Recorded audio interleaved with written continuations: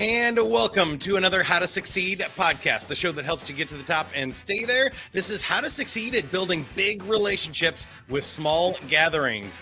We have Nick Gray here, the author of the 2-Hour Cocktail Party, and he's an entrepreneur, founder of Museum Hack and another business with his family, which we'll get into. And you can find him at nickgray.net. But find the book anywhere you buy or listen to books, the 2-Hour Cocktail Party. The podcast is copyrighted by Sandler Systems, LLC, and protected by U.S. copyright laws. Sandler is the worldwide leader in sales, management, and customer service training. Find out more information and get free additional resources at sandler.com. All right, here we go. Nick, tell me a little bit about building relationships with parties, and what are we talking about here today? My whole thing is that I think people need to host more events. And if you're thinking about sales or growing your career or networking, I think the secret is stop going to bad networking events and start to learn how to host your own. So that's what I hope to convince your listeners to do today. And we're going to tell them everything they need to know. I love this for so many reasons, but here's the top 3 that come to mind for me. One is a lot of people want to do those client schmooze events. Like they've kind of gone away, but how do we create a nice magical event where we can bring clients, prospects together, especially around the holidays? We're getting close to those kind of times. Like, how do we plan a cool party for our clients? Number 2, post-pandemic teams, getting our teams together. Like maybe we shut down the office and we want to bring the team together for some sort of team building or happy hour and stuff. A lot of times they end up lame and the company just ends up paying for booze and stuff. And then number 3, I love what you said about cool groups. So either just for fun and your family or to build a network of other people that are not clients or they're not employees, but this is just your power network. I call them like your board of advisors or people that you want to spend time and get to know. I think those are 3 big reasons to do it. But my question for you is the opposite. Why do you think people mess this up, and how come people have stopped hosting really good cocktail parties? Okay, first of all, the bar for a successful networking event is so low. It is so low. If you just do a few things, people will see you as the most amazing host. And just like Mike said, like you can be seen as that hub, as that connector, which you should be. Like you should be the hub and the connector. Sales will just come to you once you're known as that. I think that a lot of people do it wrong because they just think that maybe in sales we have a lot of extroverts. And we forget that not everybody is an extrovert. And so I really try to design events and think about how to make introverts, ambiverts, or even those with social anxiety feel more comfortable. And when you design the experience from that perspective, I think it really helps to enrich the events because, and I'm not trying to get buzzwordy, but we actually want a diversity of attendees. And that means not all salespeople, not all extroverts. You want people to pull from different areas, and that helps it to make it so much more rich and exciting. Well, I think that's a great one because I think that's the problem with like business networking groups is all the salespeople show up to sell something and nobody shows up to buy. So then you've got this awkward tension of a lot of sales and no buyers in one spot. Doesn't make for a really fun party a lot of the times. The second kind of misconception I think is that people don't know how, or they're afraid nobody's going to show up, and there's a lot of fear around this. So can you talk maybe about the ideal attitude for hosting an event, and how do we kind of prepare ourselves so that we feel like there's not going to be a disaster? People are going to be talking about us for the good reasons, not the bad ones. So the number one fear of any new host, if you've never hosted a meetup, a networking event, even a happy hour or a housewarming party, the number one fear for a new host is just what you said, that nobody will show up. Or worse, that only 2 or 3 people will show up. And it's like, oh God, what have I done? And so much of my work involves guaranteeing that you have a nearly full attendance rate. Folks who follow my list report over a 93% attendance rate. And we do that through like double, triple opt-ins, many reminder messages, stacking the invitation list. I'll give you one example. You're going to test out your date and time with what I call your core group, and you're going to get at least 5 yeses. The message I send for that, let's say I was planning a happy hour on Wednesday, October the 10th. I would message a bunch of people, maybe 5 or 10 of my neighbors, my colleagues, my close confidants, and say, hey, I'm thinking of hosting a happy hour on Wednesday, the 10th from 6 to 8 p.m. If I do it, would you come? And you're going to get 5 yeses before you even plan it. Because in sales, we have different levels of relationships. And there are people that we know well, who I call your core group. And if only they show up and it's only 5 people, it's still okay because you feel comfortable with them. You're not trying to impress them. But then that larger list of people, I call them the great guests. I don't want to invite them unless I know I'm actually going to do it and going to have people there. So I start with that group, that core group. I get my 5 yeses, then I build the invitation. Then I invite other people. Then I have the confidence to know that I can invite these others because there's already going to be people there. I love that. And I think the beauty part of it is sometimes they'll go, oh, did you know that's the Super Bowl or something? And you're like, oh, gosh, I missed it. Right? Especially with these random holidays and other things that are happening. I'm like, I forget if it was like Labor Day or something, but I didn't actually have it on my calendar. By the way, we try not to host events on red level days. Red level days are days that are socially competitive. Labor Day would be a great example. A Tuesday after Labor Day is probably not a good example because they have stuff to do. I also think that red level days are Thursday, Friday, Saturdays. And I'll tell you why. Because in a big city, if you live in a big city or not, Thursday, Friday, Saturdays are kind of people's days to go out and go big. And you're more likely to get bumped from something else, whether it's a family, duty, responsibility, somebody else's party or event. So I really recommend people to host on Tuesday and Wednesday evenings because you're less likely to get bumped. You're more likely for people to say yes. It's easier for them to show up. And we can talk about why I choose those days and why it's only 2 hours long, which is very important. Oh, yeah. That is a major mistake people make is they set a start time, but not an end time. Yes, the 2 hours. The 2-hour cocktail party is the name of the game there. And there's some other great stuff here in the book too that I love, just practical tips like you're giving right there of, starting 3 weeks out and stuff. So if you try and do it 3 months out, stuff changes. If you try and do it 3 days out, you're going to have trouble getting traction and stuff. That's just a nice little tip of when to start kind of that planning and promotion and invitation sequence and stuff. Generally, I tell people, look, for your first party, if you have never hosted before, let me help you make it a success. I have hosted hundreds of events, literally probably 700 events now. I have helped over 400 people host their first event. And everything I do is around guaranteeing that your first one will be a success. And so it may seem reductive. It may seem obvious, like, oh God, why is he telling me that? But it's just because I want your first one to be a success, because this is what salespeople know.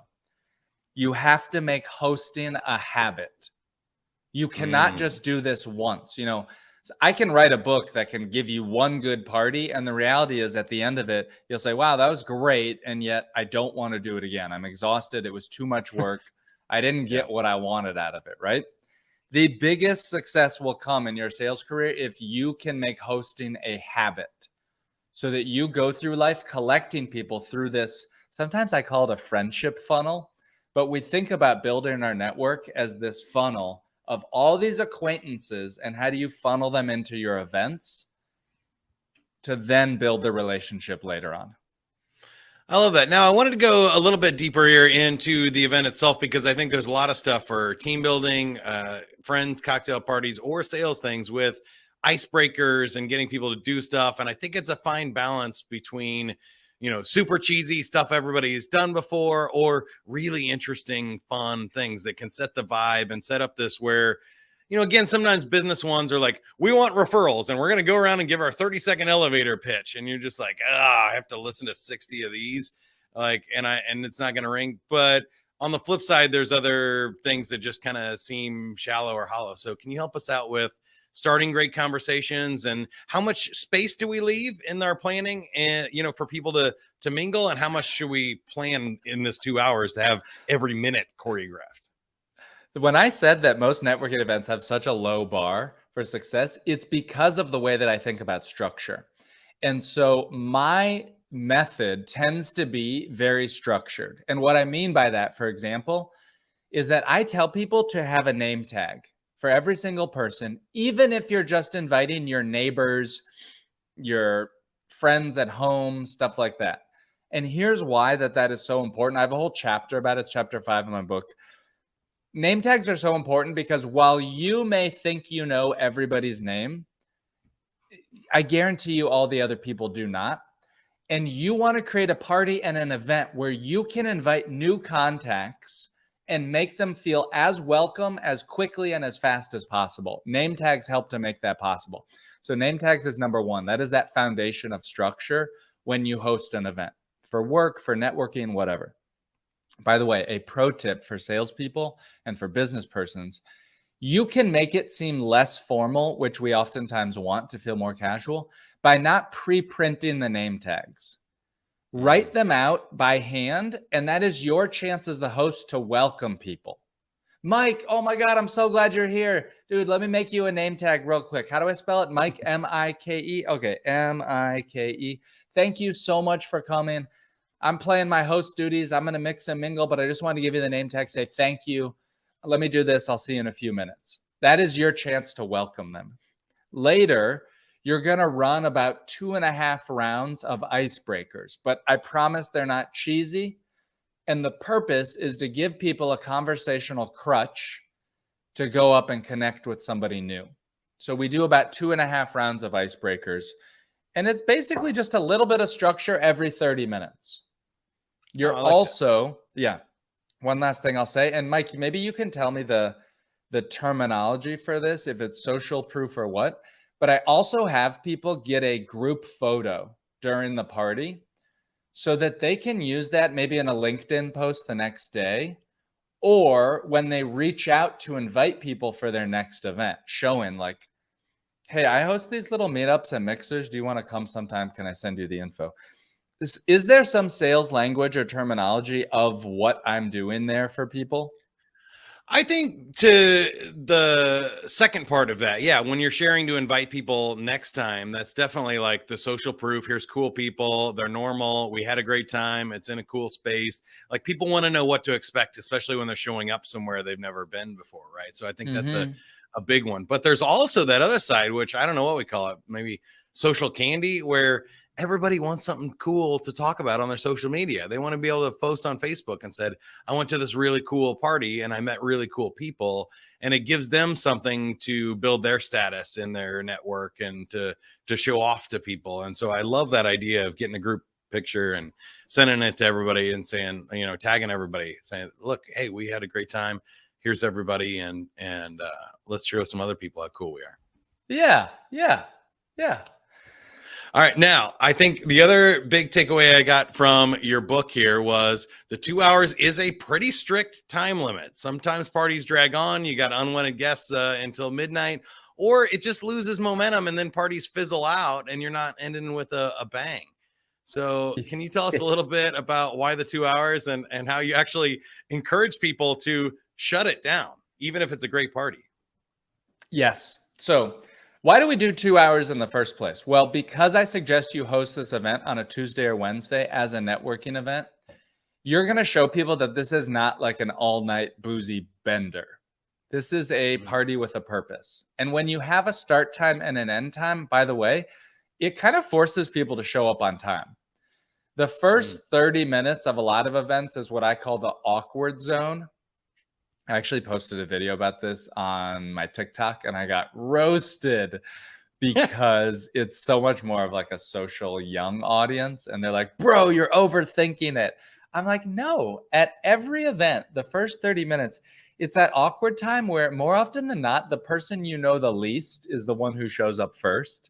Yeah. And like at 30 minutes, of course, everybody will show up by then. But those first few while is quite awkward. Well, when you have a 2 hour time limit, it compresses the awkward zone. It gets more people to show up on time. When you have a 2 hour limit, you also end on a high note. And that idea of not letting the party fizzle out, you also give people an easy excuse to leave. The reality is you'll be inviting a lot of high performers, some interesting contacts and connections. they have stuff to do. They need to they need their beauty rest. Like they're on top of the game. And when you do a 6 to 8 party or 6:30 to 8:30, when I was in New York, by the way, we did 7 to 9 because things naturally went later there. But use your own sort of cultural judgment about what time. But that 2-hour time limit really helps compress the arrival time, get more people to show up. It's easier to say yes. And you end on a high note, which is so important because you leave them wanting more. And that more part is my last question here for you. You mentioned doing this on a regular basis. How regular is this going to be? Like, we're going to be the first Tuesday of the month. This is our regular cocktail thing. Or it's just like, I'm going to pick some strategic dates once a quarter and do this. What does that normally look like? Especially when we're talking about building relationships. I know we don't want to be, I always preach, we don't want to try to get married on the first date. Like, we're not trying to close everybody that comes to our party for a piece of business. So the ongoing part of this allows us to stretch these relationships and take the pressure off of doing anything in that first meeting, right? First 2 hours. The cadence depends on you and your network and what you feel comfortable with. I can tell you that I have one of my readers who's in Phoenix. His name is Lewis. He has a startup in the software world, and he's a monster. He's hosting every month, maybe even every 3 weeks. And he's just cranking them out, building his network because he is so laser focused on just grinding. I know other people. I know this retired couple, 2 doctors in North Carolina, and they host once a quarter. And for them, that's a good cadence. I'm just focused on that first party because showing people that there's a way that you can host that makes it easy. And a cocktail party is so much easier than a dinner party. So that's what I want folks to help with. I love it. Check out the book, The 2-Hour Cocktail Party, wherever you get your books, and find Nick Gray at nickgray.net. Get more information there on his website, and let him know when you're hosting your first event, for sure. Now, Nick, I wanted to get to know you a little bit better here. Thanks for joining my virtual podcast party. At this point in your career, you sold 2 businesses for successful exits, and it seems like you're doing this as a passion project, but tell me, how do you define success for yourself? I define success by being able to work on what I want when I want it and being in charge of my own calendar, schedule, and how I spend my time. I think that it's true wealth. Good. And was there a biggest failure you're most proud of, or hardest, biggest lesson learned that you had to get over in order to be successful? When I was starting my last company, Museum Hack, during the early days, the very first tour guide who I hired, he actually quit my company and tried to start a rival company and steal all my clients and employees. And so that was a learning lesson real fast. Good. What was the lesson from it? I think the lesson was I had to really bare my soul to all the employees. I literally called them over for a fireside chat at my home, late one night, and just had to lay it out for them, how I saw the business, how I was planning to run it, where we were going, and get them bought into that vision and the connection with me. I think I tried to delegate too fast and too much way too soon, and that didn't work out well. Wow. I'm glad I asked. That was a great answer. Now, last one is, do you have a favorite quote, motto, or mantra? I like the quote. I have a list of quotes that I keep on my website, which I'll include in the show notes. But there's one from Charlie Munger that I think is relative to sales. And he says, show me the incentive and I'll show you the outcome. I like that. Good. All right. Any final thoughts? Anything that I should have asked that I didn't, or any ways that we can help you or you can help the audience here? I think just know that you can use this formula that I've come up with to plan a company happy hour, a networking event. You can use it to host an opening house or a housewarming party. I'll include those links in the show notes. And please, if you get my book, send me an email. I love to give people a quick look at your RSVP page and see if I can give you advice or help along the way. I have a whole team. I help out with that for free. This is a passion project for me. I think we need more in-person gatherings, and salespeople can really help to make that happen.